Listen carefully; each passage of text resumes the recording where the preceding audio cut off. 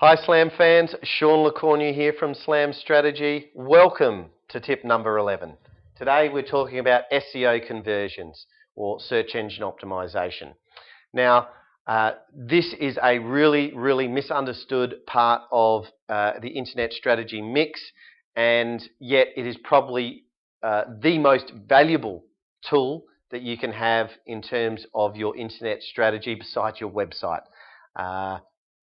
Fundamentally, the reason for that is that 90% of all search online is done using Google.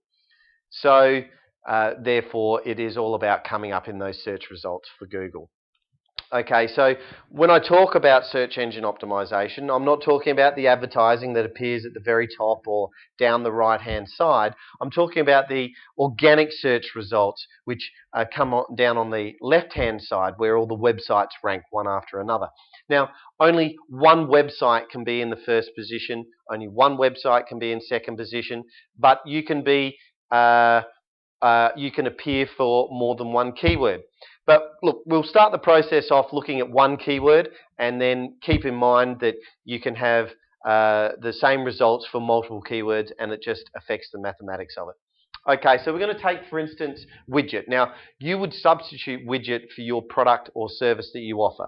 Whatever it is that you would expect your customers to type in to Google in order to find your product or service. Now, this is not about them typing in your brand. That is not search engine optimization. Of course, you're going to come up in the search results for your brand. It's your brand. That's where you've invested all of your marketing efforts to do that. This is about people who don't know you, or you're not top of mind for them. So they're going to type in the products or services that you offer. If they knew that you offered that product or service, they'd either just go straight to your website, go straight to your store, pick up the phone, but they wouldn't necessarily type in the word that relates to it.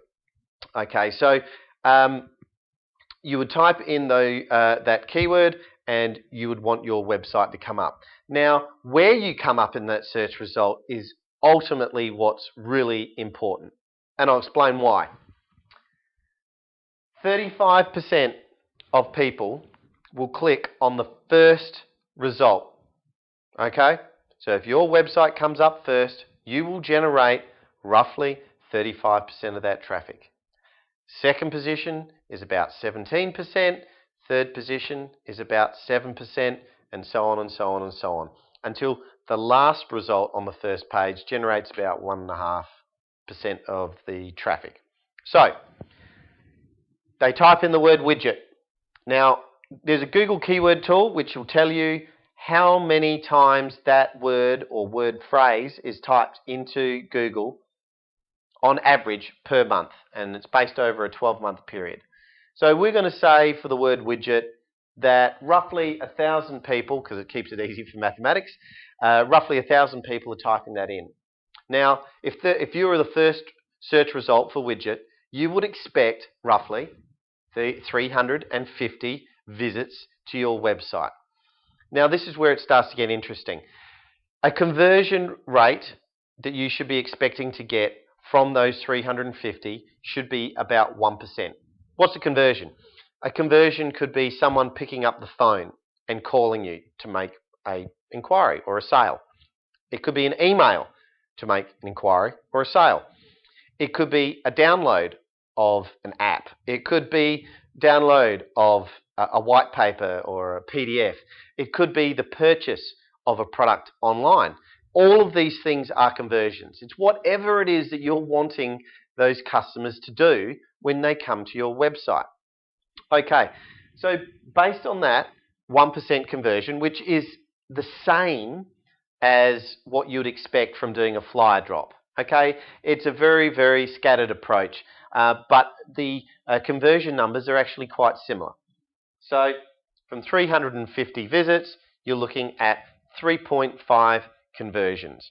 Now, if that conversion is a sale, then you would be saying, well, how much is my average sale worth?